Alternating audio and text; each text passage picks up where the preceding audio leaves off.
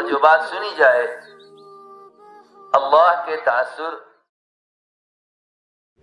میرے دوستو، بزرگ عزیزو، بہت توجہ سے بہت دھیان سے بات کو سننا ہے، اور اجتماعی طور پر کام کرنے والوں کو کوئی فیصلہ کرنا ہے. وہ بات یہ ہے کہ کوئی بھی لائن ہو دین کی یا دنیا کی، کوئی بھی لائن ہو دین کی یا دنیا کی، اس میں ترقی کے لیے سب سے بنیادی چیز اعتماد ہے.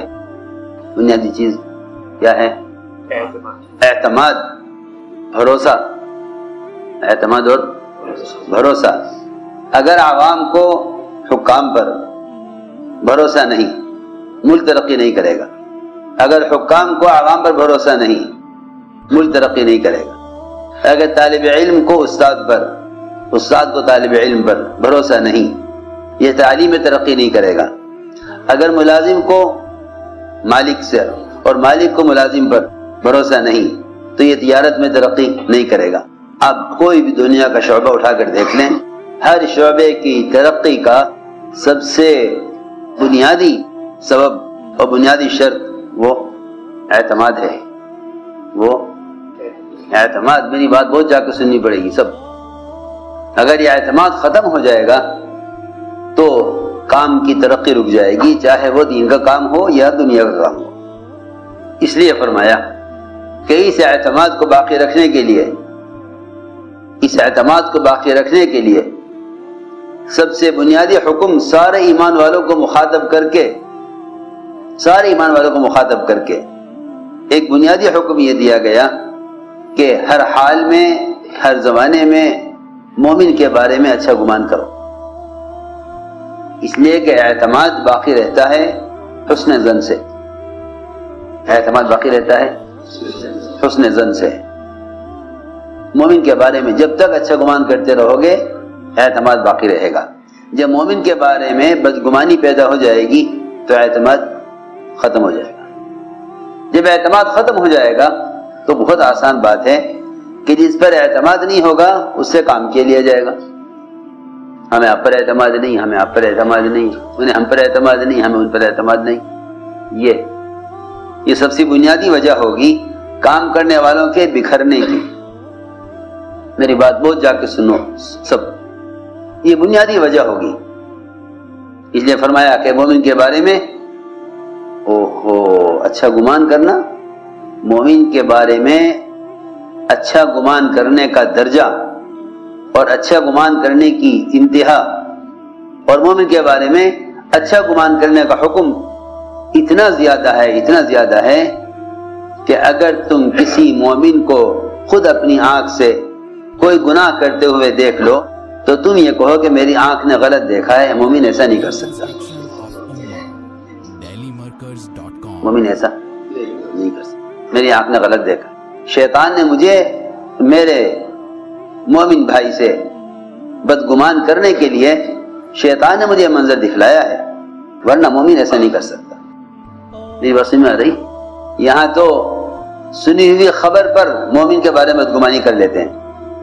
ہم نے ایسا سنا ہے مومن کے بارے میں ایک بدگمانی کیا، ایک ایمان والے کے بارے میں فیصلہ کر لیتے ہیں سنی ہوئی خبر پر.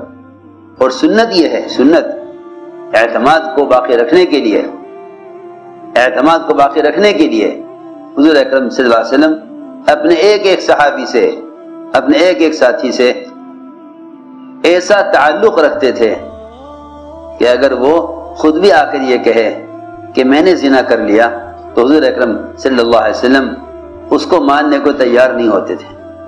وہ خود معترف ہے، زنا کا معترف ہے، اعتراف کر رہا.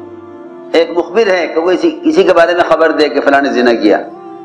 ایک معترف ہے اپنے بارے میں خود آ کر کہہ رہا زنیت یا رسول اللہ، میں نے زنا کر لیا. اور آپ ادھر سے آئے وہ تو ادھر منہ کر لیں، ادھر سے آئے تو ادھر منہ کر لیں. سننے کو تیار نہیں. روایت میں ہے کہ آپ نے فرمایا کہ نہیں تم نے زنا نہیں کیا، جاؤ تم نے زنا نہیں کیا. میں کہا جی میں نے زنا کیا ہے. فرمایا تم کیا جانو زنا کیا ہوتا ہے؟ تمہیں معلوم نہیں زنا کس چیز کو کہتے ہیں؟ کہا جی میں جانتا ہوں زنا، میں نے زنا کیا ہے. فرمایا آپ نے کہ کیونکہ حدیث میں آتا ہے کہ ہاتھ بھی زنا کرتے ہیں، پیر بھی زنا کرتے ہیں، آنکھ بھی زنا کرتی ہے، تم نے ہاتھ سے عورت کو چھو لیا ہوگا، اس کو تم زنا سمجھ رہے ہوگے، تم نے آنکھ سے عورت کو دیکھا ہوگا، تم زنا سمجھ رہے ہوگے، تم نے عورت کا بوسہ لے لیا ہوگا، تم اس کو زنا سمجھ رہے ہوگے۔ نہیں، جاؤ جاؤ جاؤ، تم نے زنا نہیں کیا، تم نے زنا نہیں کیا۔ وہ کہے نہیں جی میں نے زنا کیا۔ آپ صلی اللہ علیہ وسلم اس کوشش میں رہے کہ مومن کا زنا ثابت نہ ہو، جس گناہ کو ثابت نہ ہونے دینے کے لیے اعتراف کرنے والے کے اعتراف کا انکار کیا جاتا ہو۔ اب اندازہ کر لو کہ کسی مومن کے بارے میں کسی خبر پر بدگمانی کرنے کی کام گنجائش ہے؟ میری بات سمجھ میں آ رہی؟ تو ہم نے ایک بات بنیادی بات عرض کی ہے کہ مومن کے بارے میں اچھا گمان کرو، کیوں؟ تاکہ اعتماد باقی رہے، اعتماد باقی رہے۔ اپنے ساتھیوں کے بارے میں شکایت نہ سنو کہ نہیں بھائی ہم چاہتے ہیں اعتماد باقی رہے، ہم چاہتے ہیں کہ اعتماد باقی رہے۔ تم نے اگر ساتھیوں کے بارے میں ذمہ داروں سے شکایتیں کی تو تمہارے اور تمہارے ذمہ داروں کے درمیان اعتماد ختم ہو جائے گا۔ یہ بہت اہم بات ہے، اس لیے اللہ نے حکم دیا سارے ایمان والوں کو، اے قیامت تک آنے والے ایمان والوں، مومن کے بارے میں بدگمانی سے بچو، کیونکہ بدگمانی شیطان پیدا کرتا ہے، شیطان بدگمانی پیدا کرتا ہے۔ اس بدگمانی کی وجہ سے مسلمان کی عیب جوئی کرتا ہے۔ شیطان ایک خیال پیدا کرے گا، پھر جس کے بارے میں خیال پیدا کرے گا اس کو عیب کو دیکھنے کا تقاضا پیدا ہوگا۔ یہ میں آپ کو بالکل قرآن کی ترتیب بتا رہا ہوں کہ قرآن نے کس طرح قرآن ترتیب بیان کی ہے ان تین کاموں کی: بدگمانی، پھر تجسس، پھر غیبت۔ میں نے غور کیا کہ مسلمان غیبت کیوں کرتا ہے؟ کہ غیبت کرتا ہے تجسس کی وجہ سے، اور تجسس ہوتا ہے بدگمانی کی وجہ سے۔ بدگمانی ہوتی ہے شیطان کی طرف سے، وَلَا تَجَسَّسُوا وَلَا يَغْتَبْ بَعْضُكُمْ بَعْضًا، پہلے بدگمانی، پھر تجسس، پھر غیبت۔ تو پہلا حکم یہ دیا مومن کے بارے میں بدگمانی مت کرو، کہ مومن کے بارے میں بدگمانی مت کرو۔